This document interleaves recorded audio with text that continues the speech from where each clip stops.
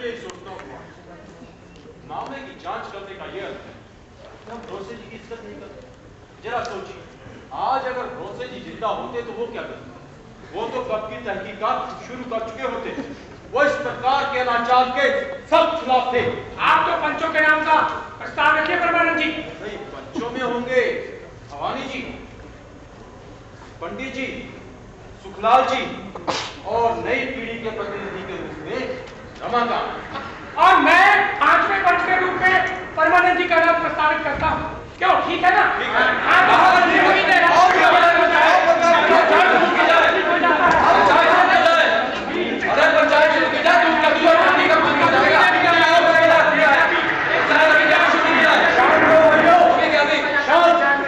शांत रहो भाइयों। तो अब हम पंचायत की कार्रवाई शुरू करने जा रहे हैं।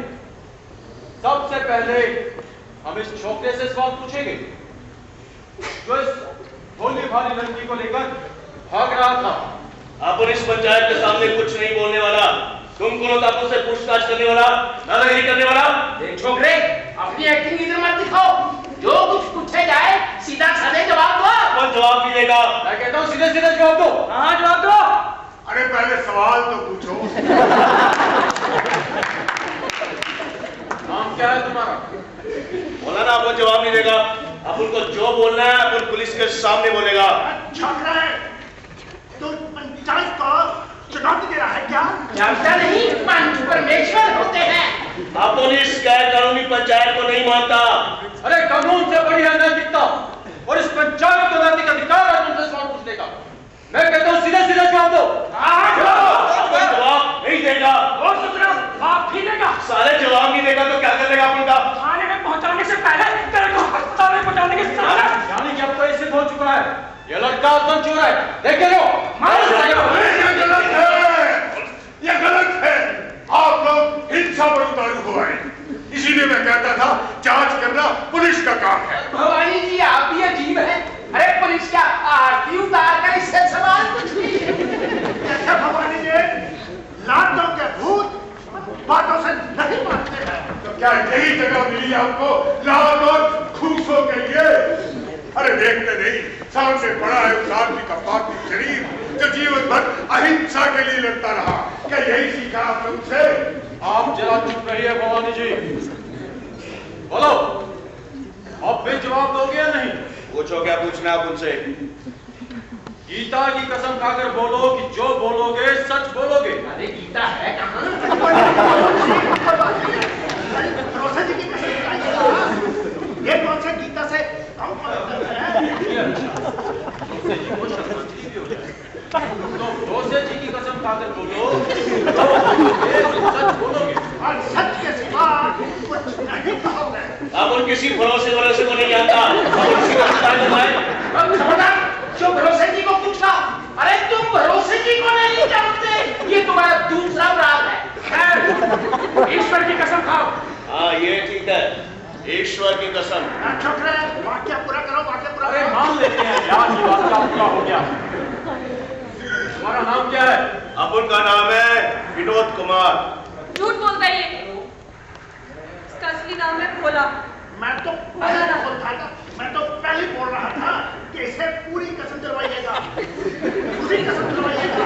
उसने पहले ही प्रश्न का उत्तर छूट दिया है। तुम्हारा असली नाम क्या है? विनोद कुमार या भोला? दोनों अपन का असली नाम है। दो असली नाम कैसे हो सकते हैं? नहीं हो सकता। अपन को घर में भोला बोलते हैं और फिल्म इंडस्ट्री में अपन को विनोद कुमार। ये पंडित जी, ये फिल्म इंडस्ट्री में काम करता है, इसलिए हमारी पीढ़ी इससे ज्यादा अच्छी तरीके से पूछताछ कर सकती है। अरे पहले अता पता तो पूछ ले। किस गांव के हो? अपन सीतापुर गांव का रहने वाला है। आपका नाम? गधेलाल। क्यों लड़की, यही है ना इसके बाप का नाम? अरे भाई, यहाँ बोलता बाप के भी दो नाम बता दे। बंसीलाल नाम। अब मैं पूछूं, तुम कितनी फिल्मों में काम कर चुके हो? अपन 20 फिल्मों में काम कर चुका है। लेकिन आज तक हमने तुम्हें एक भी फिल्म में नहीं देखा। समाज में अपन का क्या बोलता है?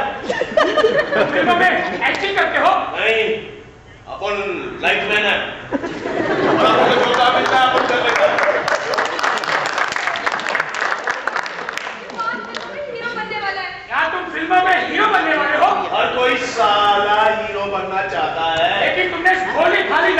हीरोइन बनने का लालच क्यों दिया? अपन ने कोई लालच नहीं दिया। ये साला खुद हीरोइन बनने के वास्ते मरता था, फिल्मी मैगजीन पढ़ता था, पिक्चर देखता था, फोटो देखता था। लेकिन तुमने इसे हीरोइन बनने की बात कही नहीं। कहने से क्या होता है? अपन तो तेरे को भी हीरो बनने की बात बोलेगा। साला बन जाएगा क्या? इस लड़की को कब से आपको दोनों एक ही काम का है। लेकिन तुमने ऐसे झूठ क्यों कहा कि तुम फिल्मों में हीरो बनने वाले हो? तो साला के ये बोलता है कि हम लाइफ मैन है।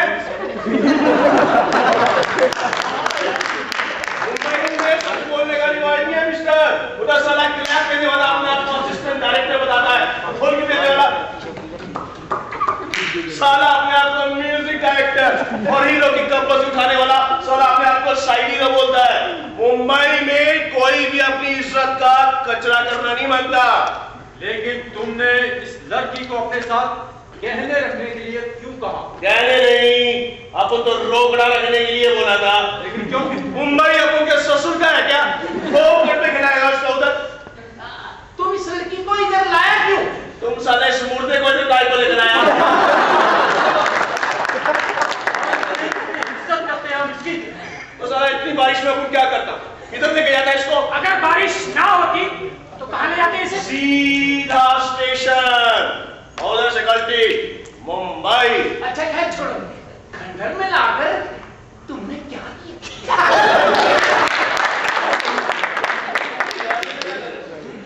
नामुमकिन।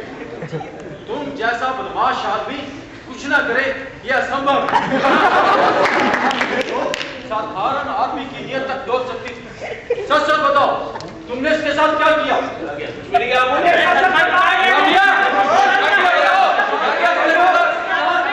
शांत रहो भाई, शांत। अगर हम कुछ बतलावे तो पंचायत सुनेगी का? अरे भाई क्यों नहीं, जरा सामने तो आ जाओ। राम राम सरपंच। राम राम राम राम। रंगी, कोई कसम वसम की जरूरत अरे है? नहीं, ये तो यार शक्ल से ही मामला बनता है। भाई सबसे पहले ये बताओ कि तुम कौन हो, कहाँ से आए हो और कहाँ जा रहे हो?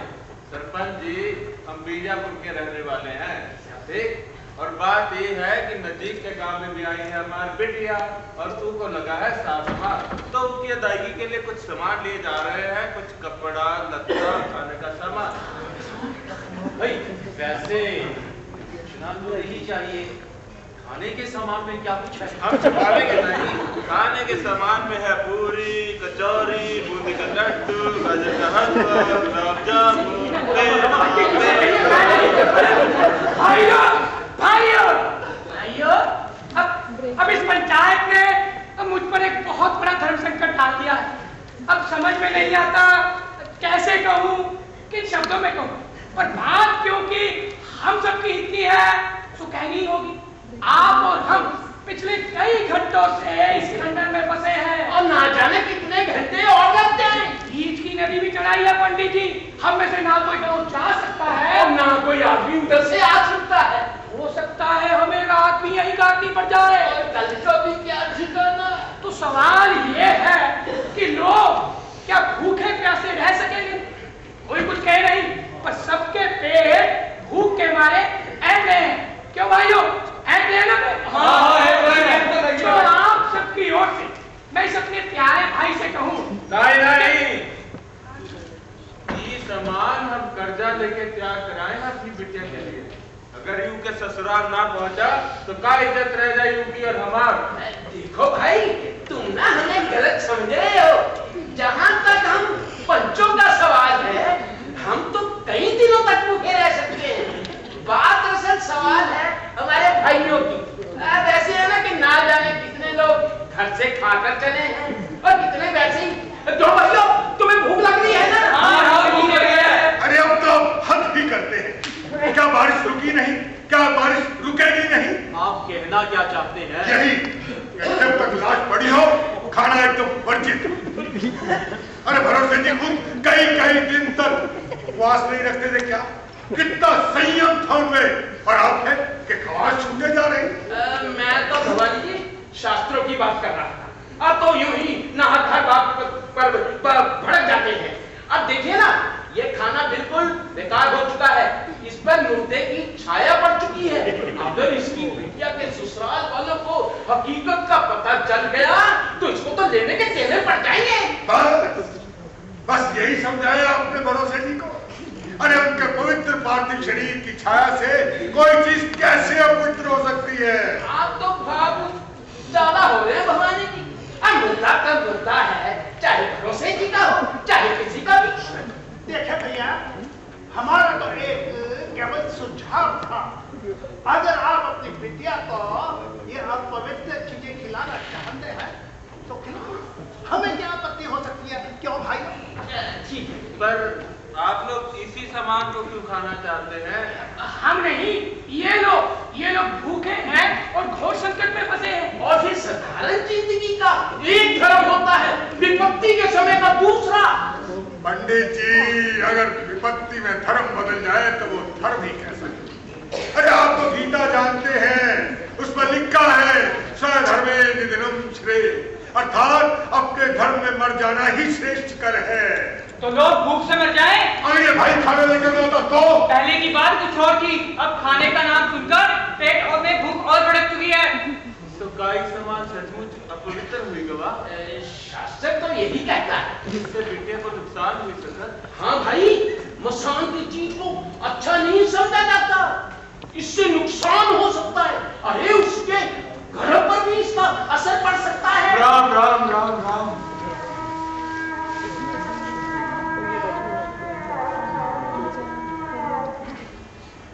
अगर ऐसी बात है तो इस सामान को आप लोग ही खा लो। फेंकने से तो अच्छा है भाई।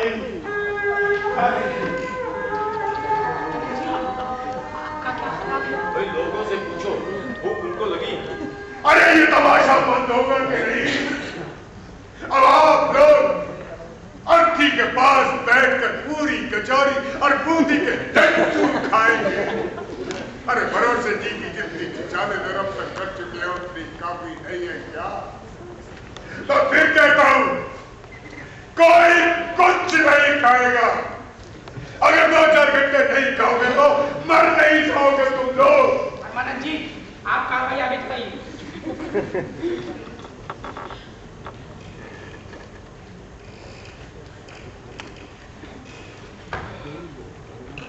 तो भाई सवाल ये है, जब तुम इस खंडर में आए तुमने क्या देखा?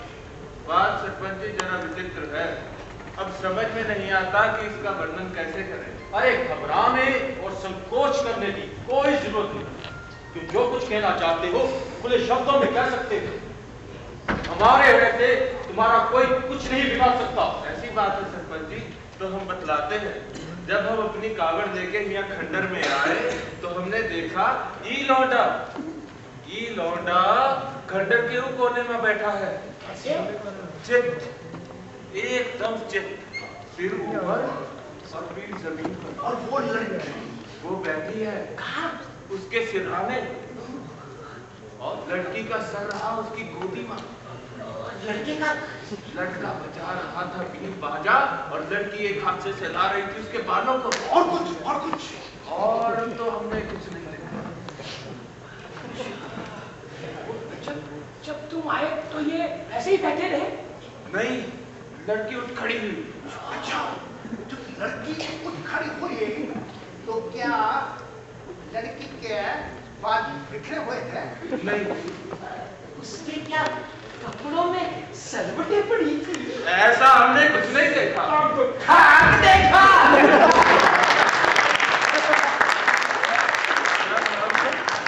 यहाँ आए तो हमसे कहने लगे कि अपना सामान उठाओ और खंडर के वो कोने में जाकर बैठ जाओ। तो भैया हम अपनी कावड़ लिए और जाके खंडर के वो कोने में बैठ गए। ये पॉइंट खास मतलब लगता है। सवाल ये है कि ये दोनों अकेले क्यों रहना चाहते थे? इनके इरादे क्या थे? यहीं पर उठता है स्वाद नैतिकता। एक सार्वजनिक स्थान पर ये बाप लीला लेना चाहते। तो भाइयों, हम लगभग ये साबित कर चुके हैं इस लड़की के साथ अनैतिक संबंध थे। अगर नहीं थे तो वो जाने की पूरी गुंजाइश थी। इस अनैतिकता के लिए इन दोनों को सजा तो जरूर मिलेगी। लेकिन असली सवाल है गेंदा सिंह का। बिल्कुल ठीक। अरे दूसरे गांव के लोग मैला खाएं, हमने क्या लेना देना? पर हमारी पंचायत का एक सदस्य इस नीच हरकत में शामिल हो, हम सहन नहीं कर पाएंगे। इसलिए अब ये पंचायत गेंदा सिंह से सवाल पूछेगी। देखिए परमानंद जी, इतना तमाशा हो चुका काफी है। मैं आपके सवालों का जवाब देने के लिए बंदा नहीं हूँ।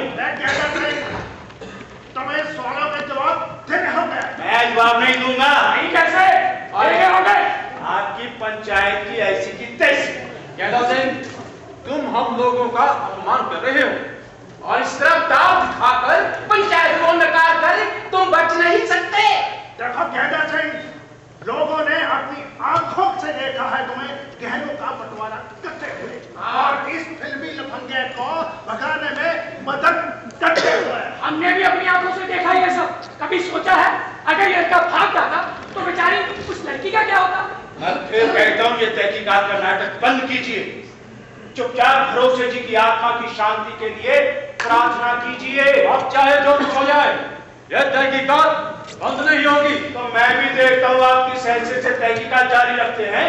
आप कोई पुलिस या मजिस्ट्रेट है? नहीं, मैं सामाजिक रूप से एक जिम्मेदार आदमी की हैसियत से तुमसे सवाल पूछता हूँ। और अगर मैं आपको सामाजिक रूप से जिम्मेदार ना मानूं तो?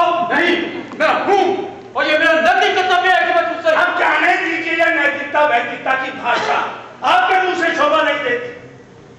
सूद बोले तो बोले, छलनी क्या बोले, जिसमें सत्ता से चुप कीजिए।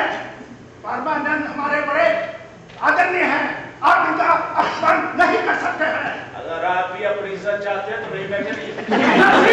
आप बर्दाश्त से बाहर होती जा रही है। अब दिखो साला अपना पावर, अपना दादागिरी। अपन आउटसाइडर था तो अपन पे चढ़ बैठा, अपन का हाथ तोड़ा मरोड़ा। अब दिखाओ इसमें अपना अपना साला पावर।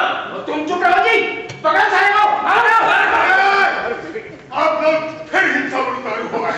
फिर वही लड़ाई क्या तमाशा लगा रखा आप लोगों ने। आप बीच में मत बोली भवानी जी, आपकी अहिंसा ने इसको सिर पर चढ़ा रखा है। हम भी देखते हैं साला बयान कैसे नहीं देता। साले गाली देता हूं, तेरी मैं सारी लीड भी बुला के रख दूंगा। अरे वो बाद में देखा जाएगा, देख कर रहे हो, मारो सारे को। अरे छोड़ो, अब क्या मारपीट होगी, एक दूसरे के सिर फोड़े जाएंगे। अगर बारिश बंद ना हुई तो क्या लाशें विदा होंगी यहाँ से? आप बीच में मत बोली भवानी जी, और छोड़ो हिसाब किताब पूरा।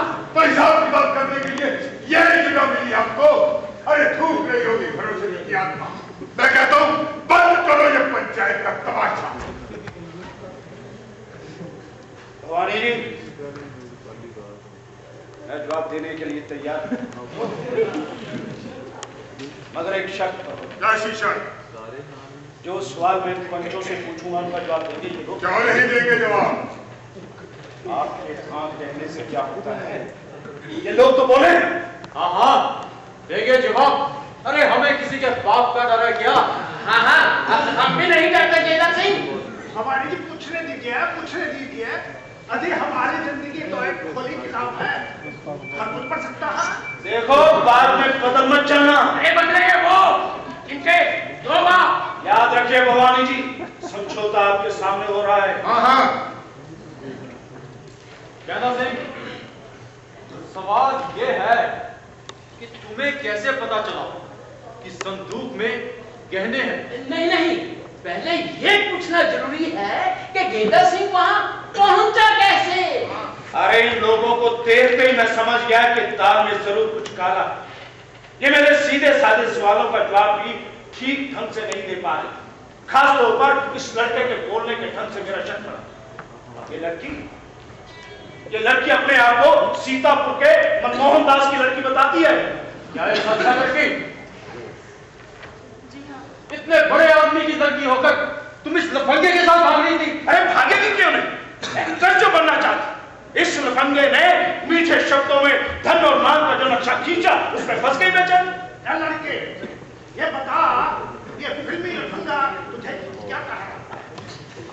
इसने कहा इसका पाली हिल में एक बंगला है और अड़ोस पड़ोस में बड़े बड़े एक्टर और डायरेक्टर रहते हैं और ये 5 फिल्मों में हीरो बनने वाला है। और तूने विश्वास कर लिया? और जबकि हकीकत ये है कि इस बनके के बाद अपने सर छिपाने के लिए कोई जगह नहीं। इसकी लड़की में कोई दिलचस्पी नहीं थी। इसकी दिलचस्पी थी तो सिर्फ गहनों। रात को ये गहने लेकर क्या से छुप जा खिसक जाता। क्या ऐसा अच्छा लड़के साला झूठ बोलता है ये। अपन तो कमली को लेकर मुंबई जाता, उससे शादी बनाता, लेकिन ये साला गेंदा सिंह अपन को ब्लैकमेल करने लगा, अपन से आधे जेवर मांगने लगा। ये कहता था क्या यह सच कह रहा है बंदा? नहीं नहीं बिल्कुल नहीं, मैंने इसे कहा देखो भैया तुम गहने मुझे दे दो, सुबह मैं लड़की को गहनों को उसके बाप के पास दे दूंगा, गहने वापस हो जाएंगे और लड़की बदनामी से बच। साला झूठ बोलता है ये अपन को ब्लैकमेल कर रहा था, अपन से आधे जेवर मांग रहा था ये। ईमानदारी से बताओ गेंदा सिंह, तुम्हारी नीयत बिगड़ी थी या नहीं? तुम गहनों को हड़पना चाहते थे या नहीं? अरे बिल्कुल नहीं, मैं तो लड़की का भला चाहता था। साले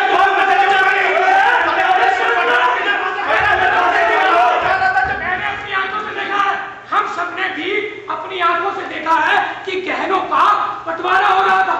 जाहिर है कि गेंदा सिंह ने अपने बचाव के लिए सारी कहानी गढ़ी है। मुझे भी विश्वास है कि गेंदा सिंह की नीयत ठीक नहीं थी। इसने हमारे गांव की नाक नीची करने में कोई कसर नहीं छोड़ी है। और सबसे बड़े दुख की ये बात है कि जब मैं यहाँ गीता पाठ कर रहा था, आप लोग बैठ के भजन गा रहे थे, तो ये गेंदा सिंह इस नीच काम में लगा था, चोरी कर रहा था। इससे साबित होता है कि गेंदा सिंह को ना किसी नीति में विश्वास है, ना किसी भावना में, और इसलिए इसको कड़ी से कड़ी सजा मिलनी चाहिए। ठीक है, आप लोग मेरी सजा तय करते रहिए, लेकिन उससे पहले आप लोग अपनी सजा तय करने के लिए भी तैयार हो जाइए। थोड़ी देर के लिए मेरी नीयत बिगड़ी थी, लेकिन मैंने लालच में आकर किसी बुढ़िया को कुएं में तो नहीं धकेल दिया। कैसे धकेला? कौन है वो हत्यारा? नाम जानना चाहते हैं तो ये जो पंच बनकर बैठी है पूछिए। अगर पंचायत के पैसों का गबन करने वाला पंच बन सकता है, एक गरीब विधवा को दगा देकर उसका खेत अपने नाम लिखने वाला पंच बन सकता है, तो कोई बात नहीं। अगर मैं चोर हूं तो ये लोग भी चोर। देखो गेंदा सिंह, तुम इन लोगों पर खाम कीचड़ उछाल रहे। नहीं भवानी जी, जो मैं कह रहा हूं उसका सबूत है मेरे पास। अब तो मैं अपना अपराध मान चुका है। इन लोगों में इतनी हिम्मत क्यों नहीं? अगर इन्होंने कुछ किया ही नहीं तो डरेंगे क्यों? तो ठीक है, परमानंद जी, सुखलाल जी और पंडित जी मेरी जगह आकर खड़े हो जाए और जो जो सवाल मैं इनसे पूछता जाऊं उसका ठीक ठीक जवाब देते जाए। एक बात और साफ कर देता हूं भवानी, बात का सिलसिला शुरू होने के बाद एक एक परत खुलती जाएगी, तब आप और अध्यापिका जी भी। मैं किसी से नहीं डरता। तो ठीक है, बुलाइए लोगों को। भवानी जी, ये हमारा अपमान हो रहा है। अब एक चोर हमसे सवाल पूछेगा। देखिए भवानी जी, हम मैयत में इसलिए आए हैं कि ये हमारा अपमान करे। खुद चोर होकर पंच बनते समय कुछ नहीं लगा आपको? आइए, एक अच्छा मौका है, भरोसे जी की लाश के पास हम सब सच बोले। इस गुंडे गेंदा सिंह को कोई हक नहीं हमसे सवाल पूछने का। यही बात तो मैंने कही, लेकिन तुम लोग मेरी हड्डियां तोड़ने पर आमादा हो गए।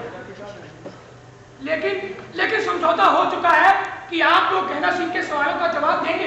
हम जवाब नहीं देंगे। तोड़ मुझे हड्डियां है सब तुम लोगों में हिम्मत। गेंदा सिंह मुझ छुपा के बात करो। देखा, फिर बुरा कोई नहीं होगा आगे बुरा तो छोड़िया। कैसा रंग निखर रहा है आपके पंचों का। भाई आपको जवाब देने चाहिए। हम नहीं जवाब देंगे भवानी। भवानी जी, कैसे कैसे लोग उठा दिए आपने पंचायत के। मैं तो वैसे ही बदला हूं। ईमानदारी की बात कहने देकर मेरी नीयत बिगड़ी थी, पर सच कहता हूं, मेरी जगह अगर ये लोग होते, इनमें एक आदमी ऐसा जो बाकी को चुप रहोगे या नहीं? क्या चुप रहेगा? आखिर बात का फैसला होना चाहिए। गेंदा सिंह के आरोप गंभीर है, उनका उत्तर आप सब लोगों को देना होगा, वरना ये सिद्ध हो जाएगा कि मैं कहता हूं बंद करो ये पंचायत का तमाशा। आप भी भवानी जी, आप भी लोगों का साथ दे रहे हैं। डरते हैं कहीं आप भी लपेटे में ना जाए और अध्यापिका जी भी। जब तक बात गेंदा सिंह की थी तमाशा चल सकता था, अब बात हम लोगों पे आ रही है तो उसे बंद करना चाहते हैं?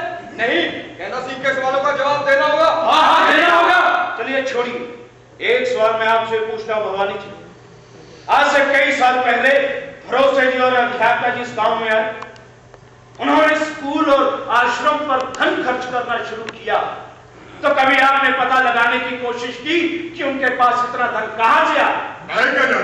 मुसीबत तो यह है कि आप जानते हैं मुसीबत तो यह है कि आप आज भी साहूकारी का धंधा करते हैं, उस समय भी करते थे। मेरा बाप इनके यहाँ नौकर था।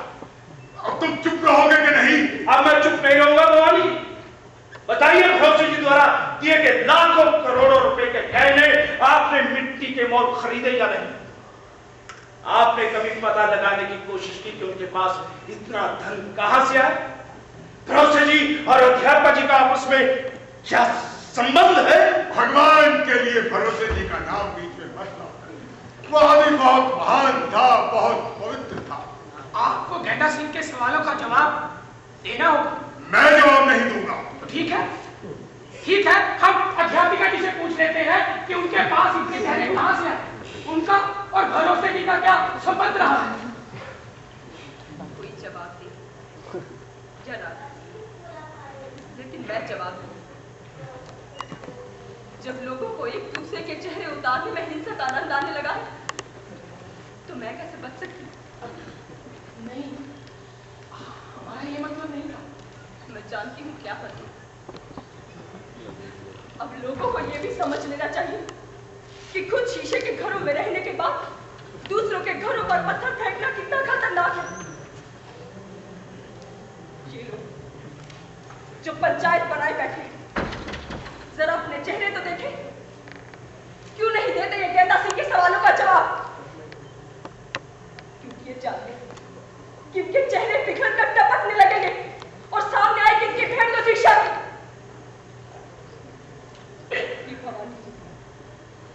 जो शुरू से लेकर अब तक मृत्यु की गंभीरता बनाए रखने का नाटक रच रहे हैं।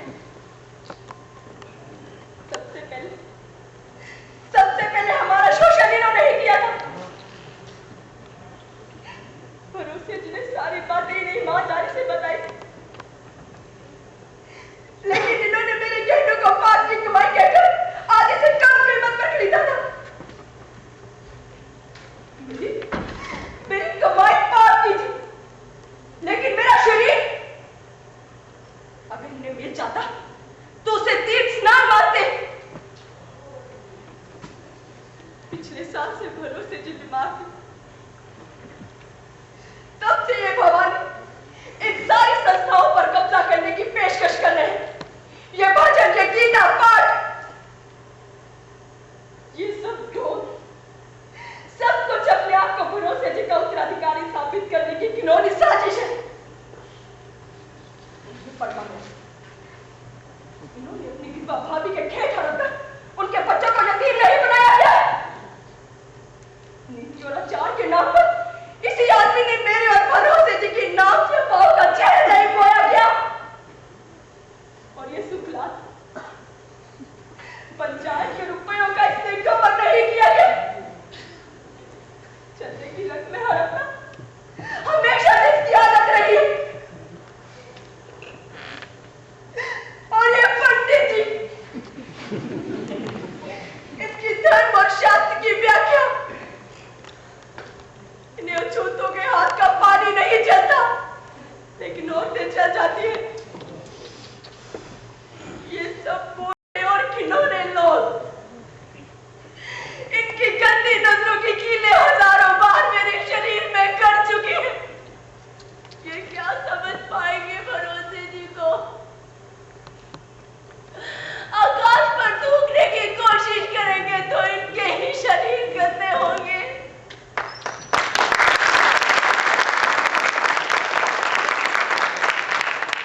अब पूछो गेंदा सिंह, क्या पूछना चाहते हो? पूछो, किस बात का डर? अपना अपराध मान लेने के बाद भी क्यों हिम्मत नहीं होती तुम्हारी?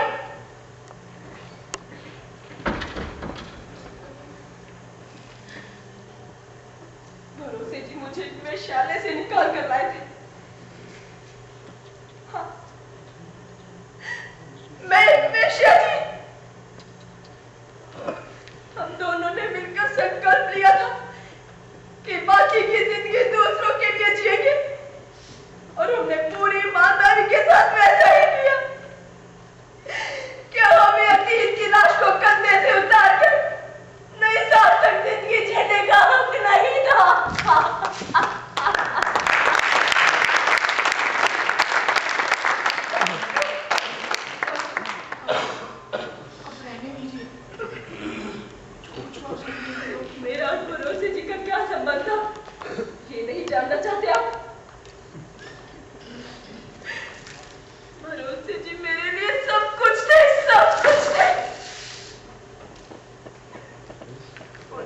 मुझे वह सब कुछ दिया जो एक पति अपनी पत्नी को, एक मित्र अपने मित्र को और एक गुरु अपने शिष्य को दे सकता है। भरोसे जी मुझसे विवाह करना चाहते थे, लेकिन मैंने मना किया, क्योंकि मैं नहीं चाहती थी कि उनकी प्रतिभा को धक्का लगे। इस बारे में अगर कोई अपराधी है तो मैं हूँ, भरोसे जी नहीं।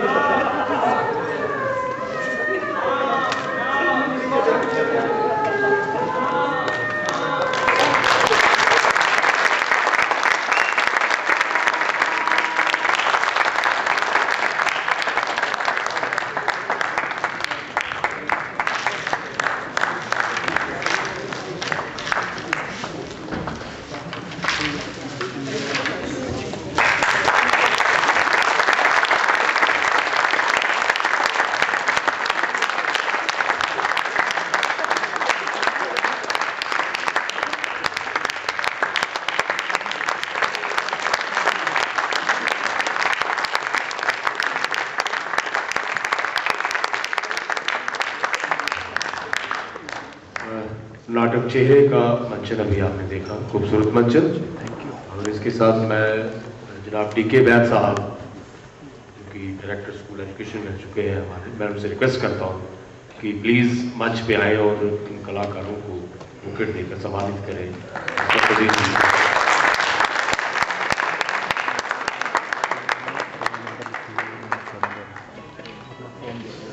ये था हमारा नाटक चेहरे। अब मैं इस नाटक में भाग लेने वाले कलाकारों के असली नामों से आपका और मुख्य अतिथि का परिचय करवाऊंगा।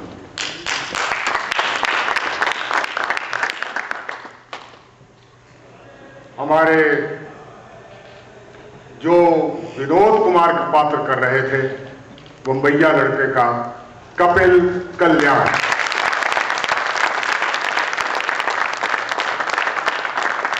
इनके साथ कमली की भूमिका निभा रही थी गुनीत कौर।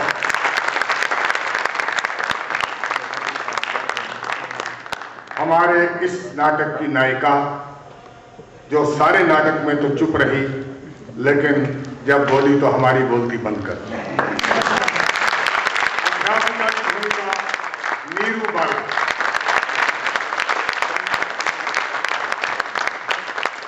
सुखलाल की भूमिका निभा रहे थे जरनैल सिंह गोगी। परमानंद के रूप में थे नरेश भगत। पंडित जी नवरंग। साहू की भूमिका निभा रहे थे दविंदर सैनी। जो ग्रामीण खाने का सामान लेकर आता है दीपक अरोड़ा। रमाकांत शैंटी सैनी। इसके अलावा 3 युवा लड़के भी इस नाटक में भाग ले रहे थे। पहले अनिल मसीह, दूसरे विनीत। मुझे ये बताते हुए खुशी हो रही है कि विनीत आपके शहर जम्मू का लड़का है। और तीसरे थे मनु डोगरा।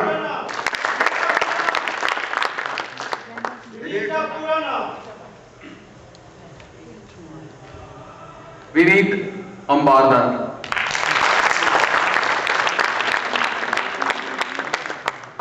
इसके अलावा कुछ ऐसे पात्र होते हैं जो मंच पर नहीं आते, लेकिन मंच के पीछे अगर वो काम ना करें तो हम नाटक नहीं कर पाते। उनमें लाइट्स और म्यूजिक दे रहे थे अभिषेक शर्मा।